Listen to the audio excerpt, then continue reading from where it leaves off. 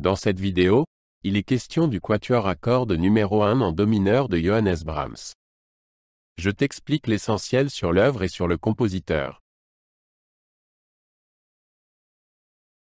Johannes Brahms n'était pas seulement un grand symphoniste, mais aussi un maître de la musique de chambre. Il a créé de nombreuses œuvres pour des formations plus petites, dont 3 quatuors à cordes qui comptent parmi les sommets du genre. Le quatuor à cordes numéro 1 en ut mineur op. 51 numéro 1 a été composé entre 1865 et 1873 et créé à Vienne en 1873. C'est une œuvre d'une grande profondeur expressive et d'une grande maîtrise de la composition, qui porte en elle l'essence même du style de musique de chambre de Brahms. Le quatuor à cordes numéro 1 de Brahms est écrit dans la tonalité de do mineur, traditionnellement associée à la passion, au drame et à la mélancolie. En réalité, l'œuvre est marquée par un univers émotionnel intense, qui va de la sombre figure d'introduction du premier mouvement à la conclusion résignée du final. Le langage musical de Brahms est ici d'une expressivité et d'une insistance qui vont jusqu'aux limites du possible en musique de chambre et déploient une force presque orchestrale.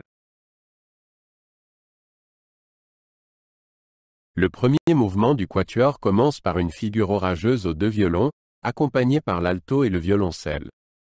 Cette figure constitue le thème principal du mouvement, qui est repris et varié à plusieurs reprises dans la suite du morceau.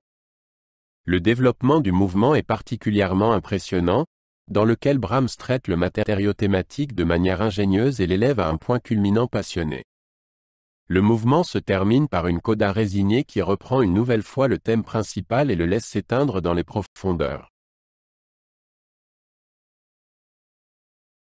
Le deuxième mouvement forme un contraste lyrique avec le premier mouvement dramatique.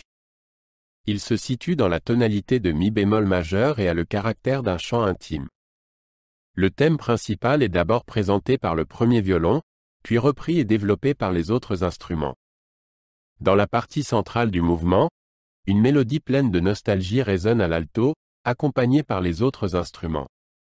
Le mouvement se termine par une coda paisible qui reprend et transfigure le thème principal. Le troisième mouvement est un scherzo fantomatique, dans la tonalité de do mineur, empreint d'une atmosphère inquiétante. Le thème principal consiste en une figure sautillante aux 2 violons, accompagnée d'un rythme saccadé par l'alto et le violoncelle. Dans le trio du mouvement, une mélodie fantomatique retentit au premier violon, accompagnée de sons pizzicato par les autres instruments. Le mouvement se termine par une coda endiablée qui reprend le thème principal et le conclut dans un tourbillon furieux. Le quatrième et dernier mouvement du quatuor est un vaste final qui commence et se termine dans la tonalité de do mineur. Le thème principal consiste en une mélodie plaintive au premier violon, accompagnée par les autres instruments. Au cours du mouvement, on entend régulièrement des éclats passionnés et des retraits résignés, qui expriment le déchirement intérieur et la mélancolie de l'œuvre. La coda du mouvement reprend une nouvelle fois le thème principal et le laisse s'éteindre dans un geste de résignation et de renoncement. Le quatuor à cordes numéro 1 de Brahms est une œuvre pleine de profondeur, d'expressivité et d'intensité émotionnelle. Elle reflète le monde intérieur du compositeur, qui a mis en musique ses sentiments et ses pensées les plus personnelles. En même temps, ce quatuor est un chef-d'œuvre de technique de composition qui explore les possibilités du quatuor à cordes jusqu'à ses limites et ouvre de nouveaux univers sonores. Le quatuor à cordes numéro 1 de Brahms a été accueilli avec enthousiasme lors de sa création et est considéré aujourd'hui encore comme l'une des œuvres les plus importantes de la littérature de musique de chambre. Il marque une étape importante dans l'évolution du quatuor à cordes et établit de nouveaux critères pour les possibilités d'expression et la complexité de la composition du genre. En même temps, ce quatuor témoigne de la force créatrice et de l'intégrité artistique de Johannes Brahms, qui a créé ici une œuvre d'une validité et d'une beauté intemporelle.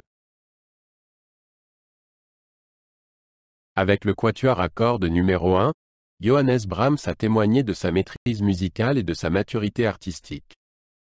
L'œuvre allie le plus grand art de la composition à l'expression humaine la plus profonde et crée une synthèse de la forme et du contenu qui n'a pas son pareil. C'est un héritage durable de l'un des plus grands compositeurs de tous les temps et un cadeau à l'humanité qui ne cesse de nous toucher, de nous émouvoir et de nous enrichir.